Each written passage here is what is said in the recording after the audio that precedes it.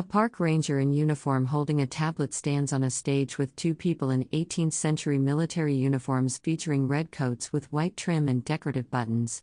Behind them is a dark banner displaying text listing various government departments and institutions.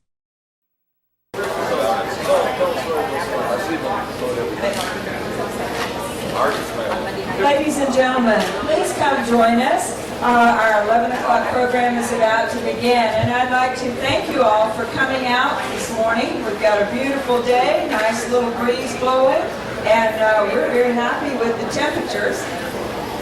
We are part of the National Park Traveling Exhibit, the Lewis and Clark Traveling Exhibit, and we are following along in the footsteps of Lewis and Clark and stopping in towns and cities and reservations along the way to talk about the Lewis and Clark story. And when we talk about the Lewis and Clark story, it's not just their story. It's a story of Lewis and Clark, the men that went with them, the woman that accompanied them on this journey, and of all of the peoples they met along the way.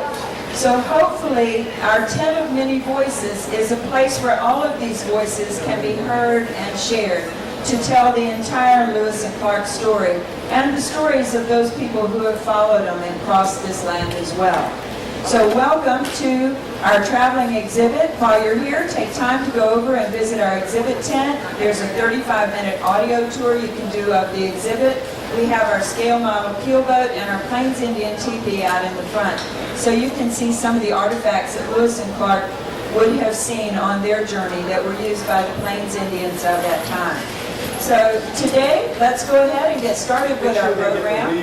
And we'd like to thank you for joining us. And we'll have Scott Mandrell and Peyton Bud Clark here to talk about the journey of the second Corps of Discovery. So I'll turn it over to you all. Oh, great. Thank you, Mary Ellen. We don't have to hold anything. Great. Well, thank you all. And there's probably most of the people sitting here, a number of people already know about who we are. There's a lot of small crowd, but we want to let you hear the story of our organization. The planning for the Bicentennial has been going on for a long time, I guess by a lot of different people. People who all across the country who had some different connection to the story or whatever. Some places, in excess of 30 years, people have been anticipating this bicentennial, which is really the bicentennial of the West. As many people have referred to it, it's the bicentennial of everything west of the Mississippi River with regard to the United States of America as a nation. And one of the individuals who was keenly interested in taking steps to prepare for the bicentennial was a man by the name of Glenn Bishop. And Glenn Bishop was from St. Charles, Missouri, and he was a contractor and businessman, and among other things, he was an antique boat. A person wearing a dark blue jacket with red and white striped details, a white cross belt, and a brown belt stands speaking indoors. A flag is visible on the left side of the frame. Obviously, he had built wooden boats in the past and that sort of thing, and had a real love for boats, and particularly old boats, wooden boats, and had built a couple. And living in St. Charles, Missouri, in 1979, I actually had the privilege in 1979, when I was a little kid, of attending the very first Lewis and Clark Heritage Days event that took place there 25 years ago in that town. And from that time on, roughly, there was a deep commitment in the community of St. Charles to tell their story as it related to the overall expedition in this chapter in American history. And one of the things that frustrated Glenn very much was the fact that, despite the fact that in Clark's field notes from Wood River, there had always been available to anyone who wanted to go and look and see, but there was an image of the keelboat that Clark had drawn in his field notes.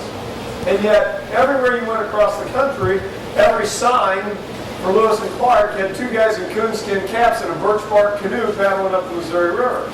And this really irritated Glenn. He was a mild-mannered guy, but if there was one thing that was a burr under his saddle blanket, it was this image of two guys in coonskin caps in a birch bark canoe. So he decided that in an attempt to set the record straight, that he would build a model of the original keelboat so that people would have an understanding of what this vessel was like. And you have to remember that 200 years ago, the largest vessel that had ever plied the Missouri River was the keel boat that Lewis and Clark had taken with them. This was a massive boat by comparison to anything else that had been up there. There were 50-foot canoes, but they were dugouts and things like that, and there were large boats, but nothing like this on this order. So he built the model of it, and in 1982 kind of showed it to the world, as it were, and people were very excited. They thought it was neat, and that model still exists, and it's really quite beautiful and all, but it was a 1 inch to 1 foot scale, so even though it was 55 inches long, which is pretty big model, it did not, he felt, communicate in full the scope of what this vessel was like, and particularly it did not communicate what this boat looked like moving on the water. And if you haven't seen our boats, you should. They really are quite spectacular when they move on the water. And so he decided to actually start constructing a replica of the first boat, based upon field notes from Clark and Wood River, based upon good information from the Maritime Museum, the Smithsonian Institute, and he studied a great deal about boats that were common and typical of that time. The man who built the original boat for Lewis, we believe, is a man by the name of John Walker, and there was a great deal of information about John Walker, who was a boatwright on the Monongahela River. And using this very good research, and having been both a carpenter in his own right, as well as a boat. A person wearing a dark blue jacket with red and white striped trim and a beaded sash speaks at an indoor venue. A flag and partial text reading of Agrica and Ralri are visible in the background. Right. He was able to bring a lot of common practical understanding of what was needed to make this boat operational and that sort of thing. So he started working in 1983 on building this boat in his backyard. If you're not aware, boats like this are built upside down. Well, it's a 55-foot long structure that's bowed, and when he was making the frame of it, for the longest time people thought that he was building this wooden greenhouse in his backyard. And he was kind of the object of ridicule in his neighborhood. People would kind of laugh at him and thought he was kind of this eccentric, kind of crazy old guy. And then one day as the planks went on and it started to look like a boat and he flipped it over, then people really started kind of giving him a hard time and kind of poking fun at him, because Glenn had a big white beard and they used to sort of make Noah jokes, and laugh at him. And, this old guy thought he was Noah building this ark. That was in the mid-'80s, early '90s. Then in 1993, we got the Great Flood, and everybody stopped laughing. And at any rate, in '96, the boat was finally finished. A person in a navy jacket with red and white cross straps stands on a stage against a blue backdrop. They wear a red neckpiece and hold what appears to be a scroll or document. Text is partially visible at the bottom of the frame. We took a 1,000-mile trip from Wood River, Illinois to St. Joe, Missouri, and back to St. Charles. It took us 7 weeks. And it started out, it was only going to be a trip from Wood River up to St. Charles for the Bicentennial, or for the Heritage Days event. And it kind of grew and grew and grew. Before you know it, was 7 weeks and 1,000 miles.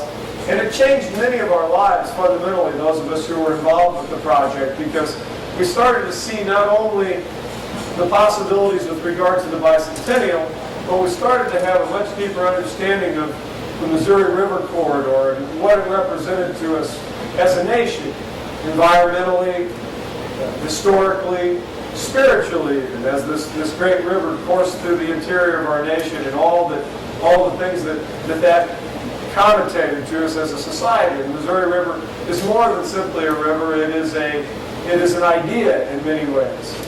And it became a passion for many of us, and we had started to plan on what we would do the next year. And indeed, we started working over the winter on the White Pirogue, the first of the 2 smaller boats. And we had that boat all framed out. And the last day I worked on that boat was the 30th of January of 1997.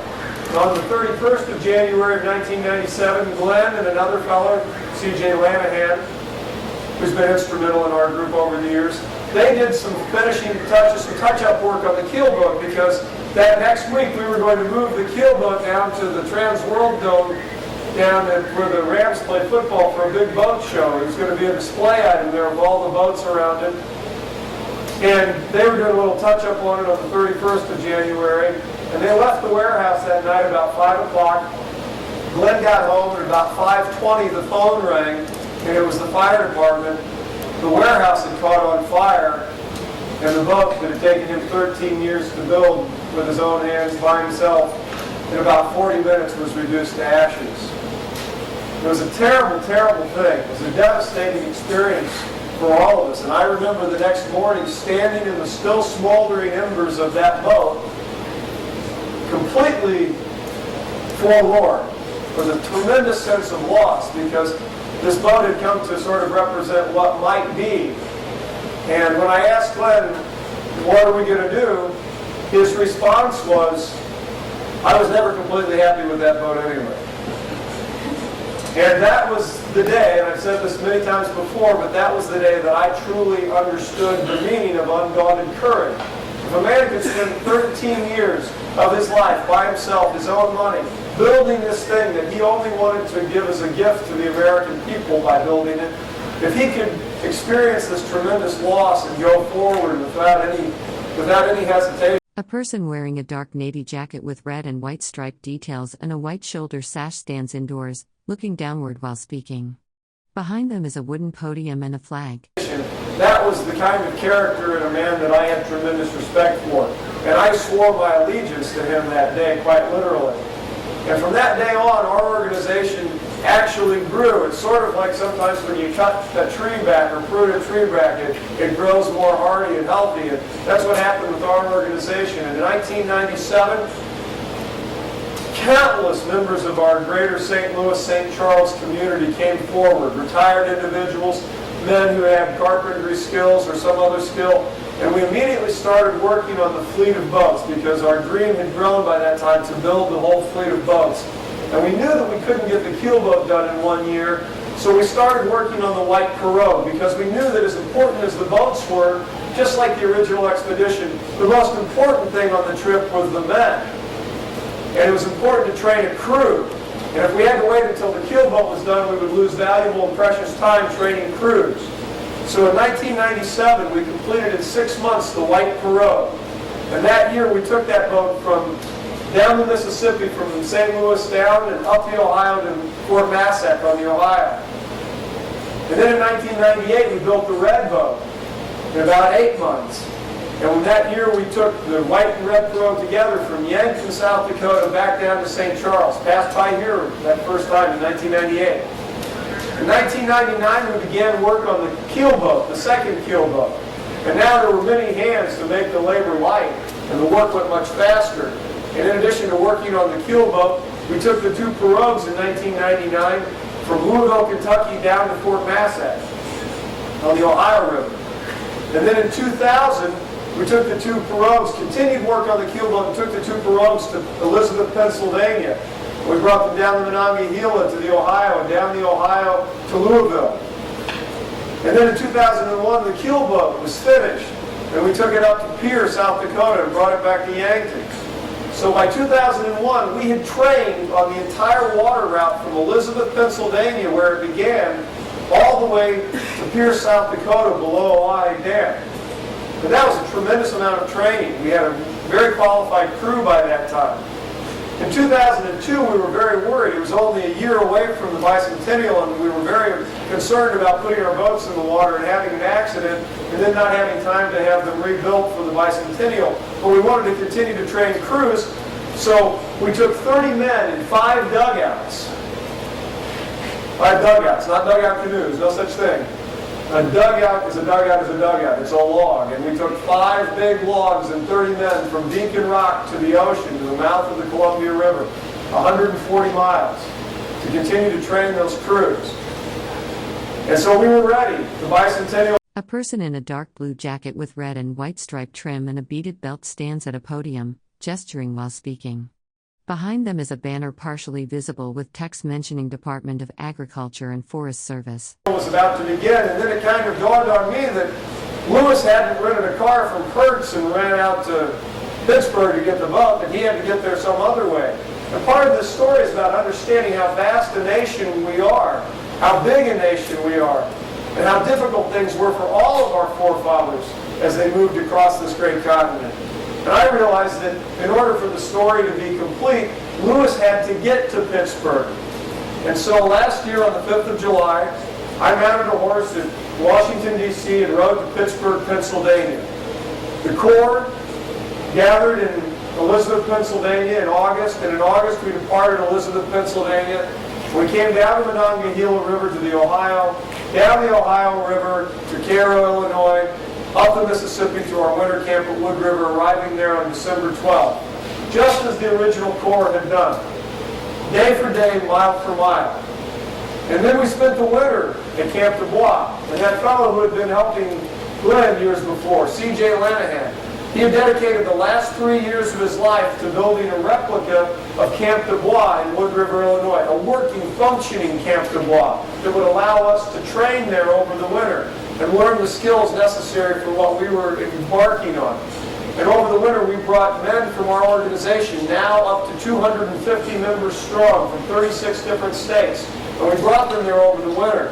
And we trained there, and we learned infantry skills from the time, and that sort of thing. We participated in the three flag ceremony, which changed the sovereign flags that flew over St. Louis 200 years ago in March when Spain and France relinquished their claims to Louisiana. And then in May, we put the boats in the water on the 7th of May, and on the 14th of May, the same date and the same hour of the original expedition, once again we were underway and we entered the mouth of the Missouri River. And we've ascended the Missouri River now 691 miles on a journey that this year will take us 1,350 miles to Washburn, North Dakota and Fort Mandan. And we will complete those miles in the same time frame that the original expedition did. It is a tremendous honor for us to share this story with America. But as we talked about today, this story is about much more than simply two individuals, Lewis and Clark. And for a long time, that's been the way we referred to this story as Lewis and Clark. But Lewis and Clark is like an icon on the desktop of your computer that you never clicked on. You know, it came with all that preloaded software that you never used. And one day you clicked on that icon and all those great applications were in there and you thought, wow, if I'd known this was here earlier, I would have used it. That's what Lewis and Clark is like. And while it's important to tell the story of the many tribes along the way, before we... A person in a dark blue jacket with red and white trim stands speaking at a podium. Behind them is a wooden display structure with a television monitor and a flag visible in the background. Even get to the tribes, last year one of the big things we had to talk about was the many tribes that comprised the Corps itself. In 1803, this nation was not a homogeneous nation. It wasn't a bunch of people who got up in the morning and thought of themselves as Americans. There's people who got up in the morning and thought of themselves as Virginians and Pennsylvanians and New Englanders and Kentuckians and Tennesseans. And they thought about themselves in a very colloquial way. Yeah, they had joined together to fight the British and gain independence and autonomy from the British Crown. But a Virginian was a Virginian, and a Pennsylvanian was a Pennsylvanian, and there the two would meet. Unless maybe in the case of the Whiskey Rebellion, and when they met there, they were on opposite sides. This story is about the moment when those eastern states started to understand that they were part of something bigger. And the men who comprised the Corps of Discovery were not one group of people. They were Scots and Irish and Germans and Welsh and French. And it was an eclectic group of individuals to begin with. Some, like Lewis and Clark, from the upper class gentry, aristocracy, as it were. Some from the very lowest levels of society, poor dirt farmers from Appalachia. People who knew that this expedition and being on it would change their lives fundamentally. If they could go on this trip and come back, that they would reap rewards that would change their lives and the families' lives. It would give them a chance to have a fresh start in the world, a chance to have a leg up, upward mobility. And it was very important for that group of individuals. But they were not a common group of individuals, and there was a tremendous amount of angst between them, which at Wood River we see played out. And it was very difficult for the captains to bring discipline and order to this group of unruly individuals.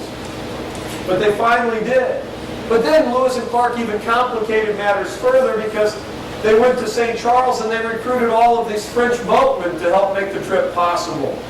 Another chapter in the story of America, a melting pot, its strength is in its diversity. Lewis and Clark bring into the story Frenchmen who are not only French and speak a different language, but are Catholic, which is a very complex issue in the late 18th and early 19th century. And we see the eclecticism and the diversity of this group of people growing day by day as these people join the crew.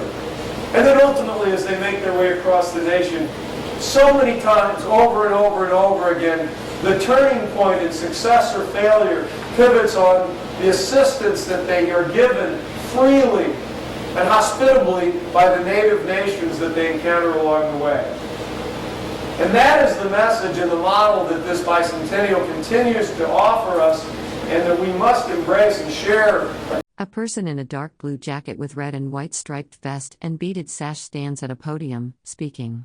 Behind them is a wooden structure with a flag and display screen, indoors. Across the nation is that the story of this core of discovery 200 years ago is a story that reflects the character of America today. It is eclectic, multicultural, and diverse. And that was its strength then, and it is the strength of our nation today. It is a great honor for us to be able to bring this story to life. It's a great honor to be here with you today. I'm going to stop talking and let Bud say a few words. Bud, as you know, is the great-great-great-grandson of William Clark.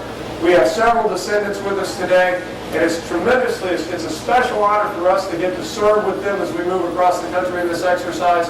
But it's also magical to be at places where we get to stand next to descendants of the original expedition, once again grasping hands with descendants of those native people who met them for the first time 200 years ago, and see evidence that once again there is an opportunity for the promise of Thomas Jefferson to come true, that one day we can live in peace and friendship together. And this hopefully is the beginning of that age. So, thank you.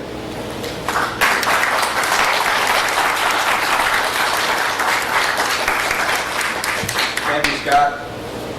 As Scott mentioned, we do have some other descendants here today. Bob, if you would stand, please. Bob Anderson, who is a collateral descendant of George Shannon, and his grandson Josh. Josh Loftus. Josh is the youngest member of our organization, making the entire trip, as George Shannon was the youngest member of the original expedition. Also, Church, my cousin Churchill is here, in the back. Churchill is part of our organization, planning to make the entire trip. I think that very early on, as students of Lewis and Clark, one of the first things we recognize is that perhaps the title Lewis and Clark Expedition is sort of a misnomer. I think if I could change any of the written words that my ancestor wrote, I would change that title and give it a name, something like the Corps of Discovery's Journey Through the Lands of the Native Americans, because in fact that is exactly what it was. And one of the things that makes this event today so significant and so important, and why we feel so honored to be here, is that, quite frankly, without the help, without the hospitality and the assistance of the Native Americans, there's a very good chance that I wouldn't be standing here. We can say with absolute certainty that the Lewis and Clark expedition... A person wearing a dark jacket with gold shoulder ornaments, a red and white vest, and a black hat with a red pom-pom stands at a podium. Behind them is a presentation board with partial text visible listing various U.S. government departments and agencies. Would not have succeeded. How dismal that failure might have been, well, we'll never know, because they had the assistance of the Native Americans, and it did succeed. And as we proceed across the country and travel through the homelands of the Native Americans, we hope that there'll be many more like days like this one, where we can really enjoy coming together as a nation. And as we mentioned earlier this morning, that is what we want our legacy to be. It's quite straightforward. It's really quite simple. When this is all over, we want to stand tall and say, we were a part of bringing this nation closer together as a family. And we can see that happening on days like today. And it's magic. It's really magic. I think, Scott, did you want to... Yeah. Two people in formal 18th century style uniforms with bicorn hats, beaded vests, and sashes stand on a small stage. An American flag is visible in the background, along with a list of government departments on a dark backdrop. Entertain questions now? I think that's probably best because, why don't we do that? We'd like to answer questions either about the original expedition, if we can, if you have interest in something that happened on the original expedition, something about our expedition, something about the boats. Just raise your hand, we'll bring the microphone. As you have questions, wave to us. Angela's on that side, I'm on this side, and we'll be glad to entertain those questions for you. Good question. Maybe I shouldn't say, do you plan to do this, but will you do this? Will you write a book? Are you keeping journals as the original Lewis and Clark did and write a book to compare what they went through as compared to what you are going through? My journals are online at lewisandclark.net. They are, I've been writing journals for this organization for many, many years. Our previous training exercises were brief, so those journals were shorter. But I have journaled since last year, since I left Washington, D.C. last year. That's a journal that probably might be a good historical document to compare what happened on a daily basis. As far as books go, I don't know. On the 23rd of September 2006, I'm probably going to put on jeans and a sweatshirt and try to think about something else, at least for a little while. I know some of the guys are planning on writing books. One of the guys. A person in a blue jacket with red and gold trim stands at a microphone on a stage, holding a yellow cross-shaped object. Text on the right reads of Agriculture Service, Dep Education, F Indian AF on, Nation. Guys actually last night told me that he's got a title for his book. They're all writing books. They're all talking to agents and publishers all the time. But one of the guys last night told me, and Sergeant Pryor will appreciate this one, one of the titles that I heard last night that one of the guys is working on is Sweet Corn and Anarchy on the Missouri River. Yes, I'm sure there'll be a book out of it. I don't know whether the market can bear too many more, though. Can't throw a stick without hitting a new book on Lewis and Clark. A person in a dark blazer and red and white striped sleeve stands on a stage with a dark podium. An American flag is visible in the background. Text listing various topics or departments appears on the podium front, though it's partially obscured. I'm trying to keep the journal. I have to tell you, I have a newfound admiration for the members of the Corps of Discovery and their diligence in terms of keeping journals, men like Ordway and White House and my ancestor. I don't know how, after those long, tiring days, those physically taxing days that were so much more strenuous and taxing than anything that we experienced. I get falling down tired doing what we do, and it's nothing in comparison. And I find myself thinking that I should be catching up on my journals, and it doesn't always happen. In terms of publishing something later, I can tell you this, I did inherit one trait from my ancestor, and that is the ability to spell extremely creatively. In fact, I have the talent and the ability to even stump spell check and get that sort of sinking sensation when I see that message, no suggestion. So I'm probably more of a nuts and bolts guy than an author, but I am trying to keep a journal. My kids bug me about it. You got to do it for your grandkids. And they lay the guilt trip on me. Then I can't sleep at night because I know I should be up working on my journals by candlelight. But anyway. Lewis, are you related to the actual Lewis that went on the expedition? No, Meriwether Lewis did not have any legitimate heirs. Now, he did have collateral descendants, but he did not have a direct descendant. However, we do believe that he may have a direct descendant, although not recognized through a formal marriage or anything, but he may have had a child with the Lower Bruloy woman when they passed through the Bruloy-Sioux in late September of 1804, that he may have had a child in the spring of 05 with her. and there's some speculation about that. I am not a descendant of Meriwether Lewis. However, curiously enough, when I was in active duty in the Army, I am an Army soldier, and when I was on active duty service, I'm in the Guard now, and the unit that I served with when I was active duty was the unit that evolved out of the very same unit that Meriwether Lewis served with. Some other questions?